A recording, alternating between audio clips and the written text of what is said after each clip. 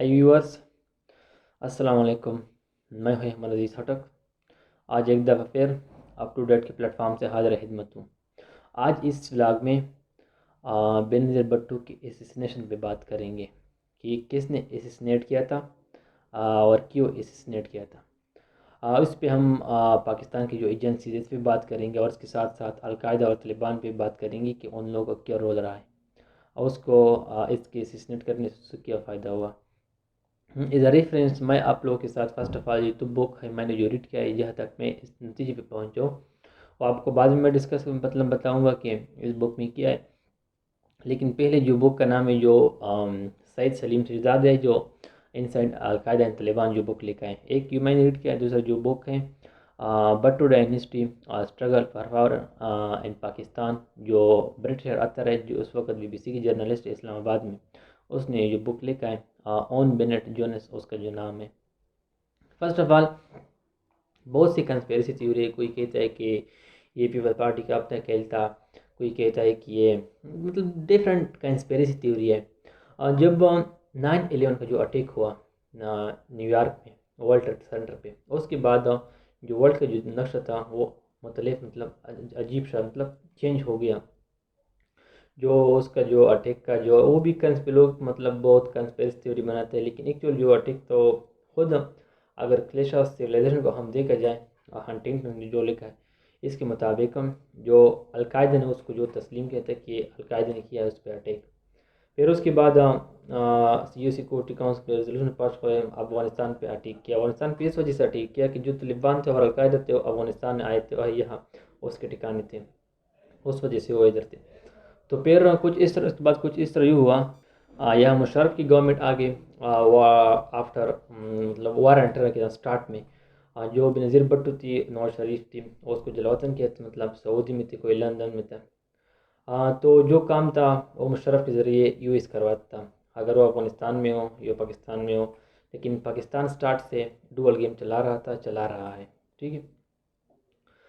फिर उसके बाद कुछ यूँ हुआ 2005 से 2006 तक तालिबान पाकिस्तान सपोर्ट भी करते थे, US से फंड भी लेते थे। ये जो शिमाल वज़ीरिस्तान है मतलब north Waziristan Islamic state, south Waziristan Islamic state, उसके साथ साथ जो डिफरेंट एजेंसीज है इसी मतलब तालिबान के बहुत से ठिकाने थे। तो फिर 2005-2006 में जो US का जो वाइस प्रेसिडेंट था पाकिस्तान को विजिट किया तो उसकी पता चला कि ये तो कुछ और चल रहा है, हम वार एंड टेरर है अफगानिस्तान में, तो यह तालिबान के ठिकाने हैं। तो इस वक्त इंटरनेशनल कम्युनिटी ने मुशर्रफ को प्रेशराइज किया कि बेनज़ीर को वापस बुला दो कंट्री को, क्योंकि बेनज़ीर भुट्टो जो था वो थोड़ा लिबरल माइंड था, वेस्टर्न माइंडेड था, सेंटर था, इस वजह से प्रो डेमोक्रेसी था। क्योंकि अलकायदा की जो आइडियालॉजी है वो अगेंस्ट डेमोक्रेसी है, इस्लामिक आइडियालॉजी था।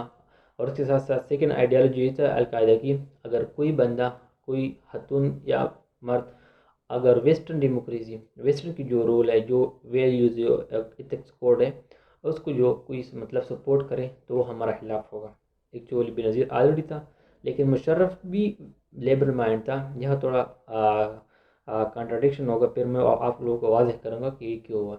लेकिन मुशर्रफ और बेनज़ीर जो थे वो भी एक दूसरे के खिलाफ थे। तो कुछ इनारो दिया मुशर्रफ ने उसको, बेनज़ीर भुट्टो को वापस बुला दिया। तो 2007 मतलब 2007 में तकरीबन फिर जनरल इलेक्शन भी होना था पाकिस्तान में। तो अलकायदा ने ये स्ट्रेटजी बनाया था, क्योंकि अलकायदा और तालिबान एक ही, अलकायदा जो ब्रॉडर है, तालिबान उसकी मतलब अगर हायरार्की लेवल को देखें, जो अलकायदा होगा वो स्ट्रेटजी बनाया था, जो अलकायदा के मतलब बीच नीचे जो सेकंड लेवल पे वो तालिबान हो गए, वो तहरीक तालिबान हो गया, दूसरा तालिबान हो गया, वो स्ट्रेटजी को एग्जीक्यूट करता था। यही एक अलकायदा का प्लान था कि बेनज़ीर भुट्टो अगर एक दफ़ा पाकिस्तान में आ जाए तो वो तालिबान का जो इंटरेस्ट है उसके खिलाफ मतलब अगेंस्ट होगी, इस वजह से वो अपने इंटरेस्ट परस्यू नहीं करेंगे। इस वजह से जब वो कराची के एयरपोर्ट पे जो उसने लैंडिंग की तो उस वक्त उसके तालिबान अलकायदा का एजेंडा यही था कि हम उधर कराची ही में हिट करेंगे। लेकिन वो इतना हजूम था कि फिर वो सुइसाइड बम हुई थी, लेकिन बेनज़ीर बाल बाल बच गई थी। तो फिर 2007 में मुशर्रफ भी मतलब तालिबान ने अटैक किए थे।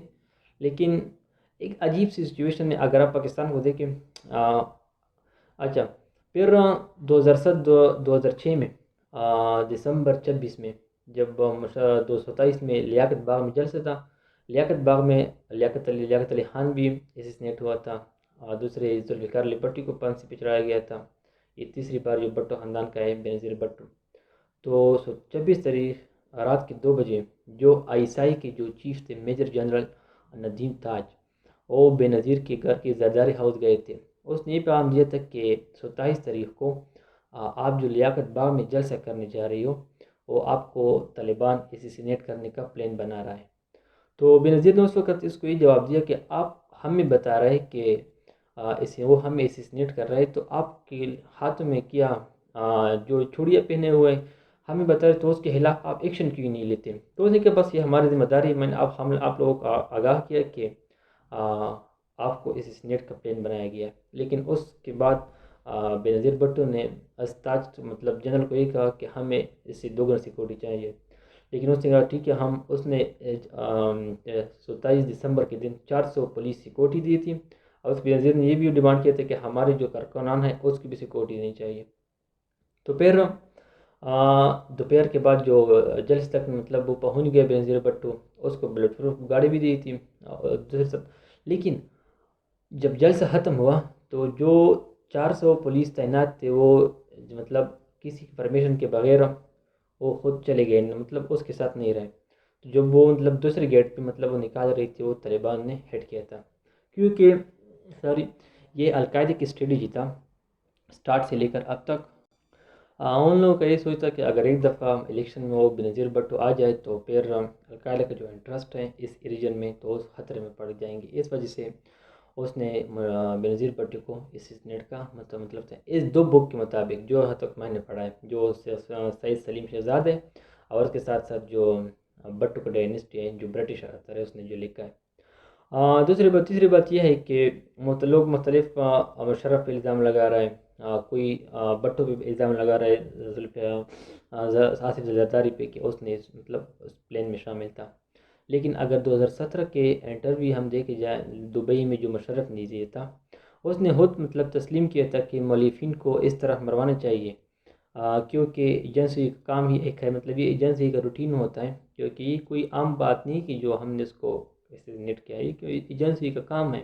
اگر آپ میرے یقین آپ کو دیکھ رہے یوٹیوب پہ اس کا انٹرویو سرچ کریں تو اس نے ایک ورڈ استعمال کیا اس انٹرویو میں، پرو ایکٹیو ڈپلومیسی۔ یہ پرو ایکٹیو ڈپلومیسی تھا پاکستان کی القاعدہ کے ساتھ۔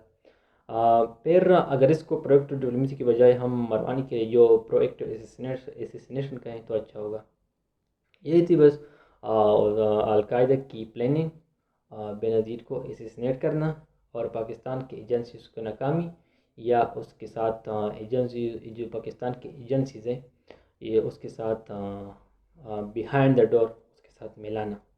لیکن تیسری بات یہ ہے جو وہ سپورٹ کر رہے ہیں سٹار سے لے کر جو پینڈی والے ایجنسیز ہیں جو ملٹری ہیں، بار بار پولیٹیشین سپورٹ کر رہا ہے۔ اس میں بھی وہ زرداری کی غلطی تھوڑا اس جگہ پہ یہ ہے کہ اس نے پوسٹ مارٹم کو مطلب پرمیشن دی، اس نے کہا کہ اس کو پوسٹ مارٹم نہیں کرنی چاہیے، اس وجہ سے تھوڑا اس کو بلیم لگا رہا ہے، کنسپیرسی اس کو بنایا جا رہا ہے کہ یہ اس میں زرداری شامل تھا، کیونکہ سٹارٹ سے لے کر اب تک یہ پولیٹیشین کو بلیم لگا رہے ہیں ملٹری۔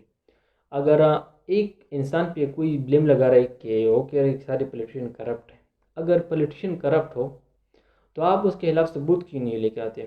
اس کے خلاف ثبوت لے کے آئے، عدالت میں کٹہر میں کھڑا کرے۔ لیکن اس طرف اسٹیٹ مطلب عوام کے نیریٹو بنا رہا ہے، عوام کو بیوقوف بنا رہا ہے۔ سٹارٹ سے لے کر اب تک جو کچھ کر رہے ہو مطلب کوئی ویسے نہیں ہوتا، یہ سب پری پلان ہوتے، لیکن عوام کو معلوم نہیں ہوتا، پتہ نہیں ہوتا۔